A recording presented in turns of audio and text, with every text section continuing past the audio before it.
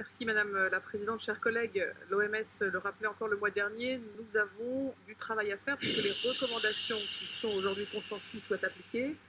Dans notre région, ce sont des dizaines encore de milliers d'habitants qui sont toujours exposés à une pollution supérieure aux valeurs maximales recommandées.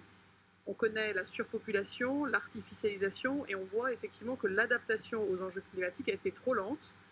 Il nous semble, nous, qu'il nous faut être fer de lance de cette adaptation, de cette transition, alors que Paris, capitale, n'a de cesse de se refermer sur elle-même, laissant les populations des autres départements d'Île-de-France de côté.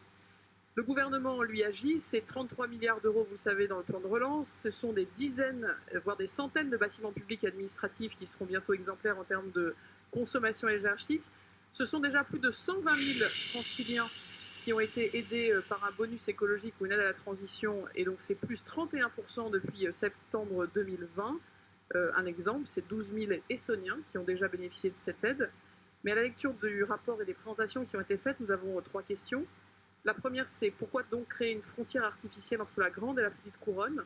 Nous aimerions que les aides de 6 000 euros à l'achat de véhicules propres soient ouvertes à tous les franciliens, quel que soit l'endroit où ils vivent ou ils habitent. Un exemple, si vous habitez à Massy et que vous allez faire vos courses à Antony, vous n'y aurez pas droit. Deuxième question sur les tiers-lieux et les parkings relais, quels sont les engagements de la région en la matière? Et enfin, sur la biodiversité, nous attendons bien plus qu'une agence, mais des moyens et surtout des actions concrètes. Merci beaucoup.